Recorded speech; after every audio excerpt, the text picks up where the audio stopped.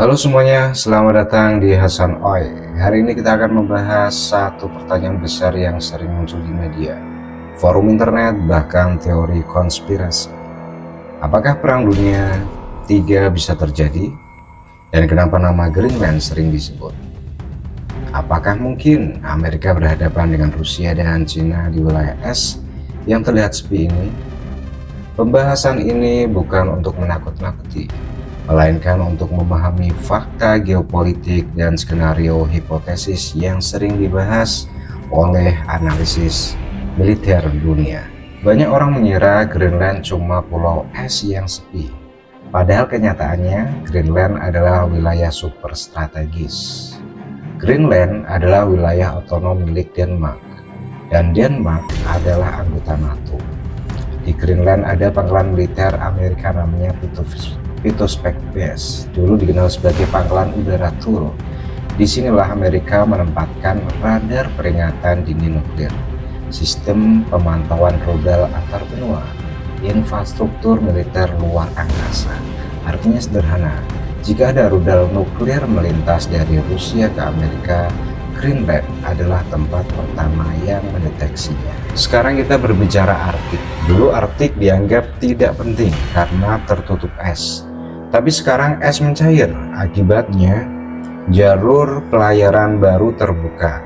Cadangan minyak dan gas bisa diakses. Mineral langka mulai diperebutkan.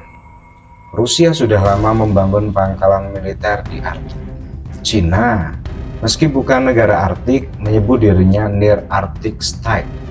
Sementara NATO memperbanyak latihan militer di wilayah utara, memperluas pertahanan setelah Finlandia dan Swedia bergabung.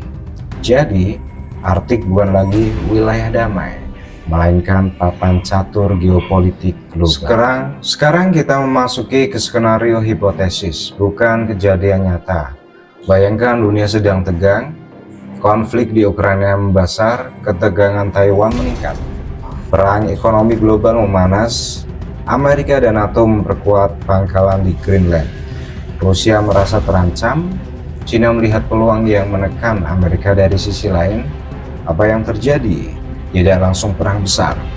Perang modern biasanya dimulai secara diam-diam, misalnya serangan siber ke radar, gangguan satelit komunikasi, kapal selam mendekat tanpa terdeteksi. Ini disebut Gray Zone Warfare, perang abu-abu. Bagi Amerika, Greenland itu tidak bisa ditawar. Kehilangan kendali atas Greenland berarti radar nuklir terganggu, pertahanan udara melemah, resiko serangan mendadak meningkat.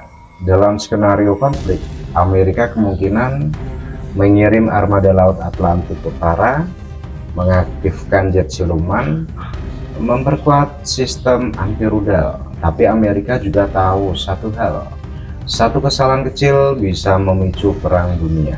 Rusia dan Cina mungkin tidak mengumumkan aliansi perang resmi, tapi mereka saling melengkapi. Rusia unggul di rudal hipersonik, operasi Arktik, dan kapal selam nuklir. Sedangkan Cina unggul di perang siber, teknologi satelit, dan kecerdasan buatan militer. Strateginya pun bukan menyerang langsung, tapi melemahkan sistem lawan perlahan. Karena di era modern, perang bisa dimenangkan tanpa satupun tembakan terdengar. Bagian paling berbahaya bukan serangan besar, melainkan kesalahpahaman. Bayangkan, radar salah membaca sinyal, AI militer salah menganalisis data, komandan bereaksi terlalu cepat. Jika satu rudal mengenai wilayah Greenland, itu bisa dianggap sebagai serangan ke NATO. Dan ketika pasal 5 NATO aktif, seluruh anggota wajib membela. Disinilah Perang Dunia Ketiga bisa terjadi. Bukan karena niat, tapi karena reaksi berantai. Kalau konflik besar terjadi, dampaknya tidak hanya di Eropa atau Amerika. Dunia akan merasakan gangguan perdagangan, harga energi melonjak, satelit rusak, GPS dan internet terganggu. Negara netral ikut terdampak, termasuk Asia Tenggara. Dalam Perang Dunia modern, tidak ada negara yang benar-benar aman. Jadi, apakah Perang Dunia Ketiga di Greenland akan terjadi? Jawabannya, belum, dan semoga tidak pernah. Tapi, memahami skenario ini penting, agar kita tahu bahwa perang modern tidak selalu terlihat. Teknologi bisa jadi pelindung sekaligus ancaman. Diplomasi adalah senjata paling kuat. Greenland mungkin terlihat jauh dan dingin, tapi perannya sangat panas dalam geopolitik global. Terima kasih sudah mendengarkan, sampai jumpa di episode berikutnya.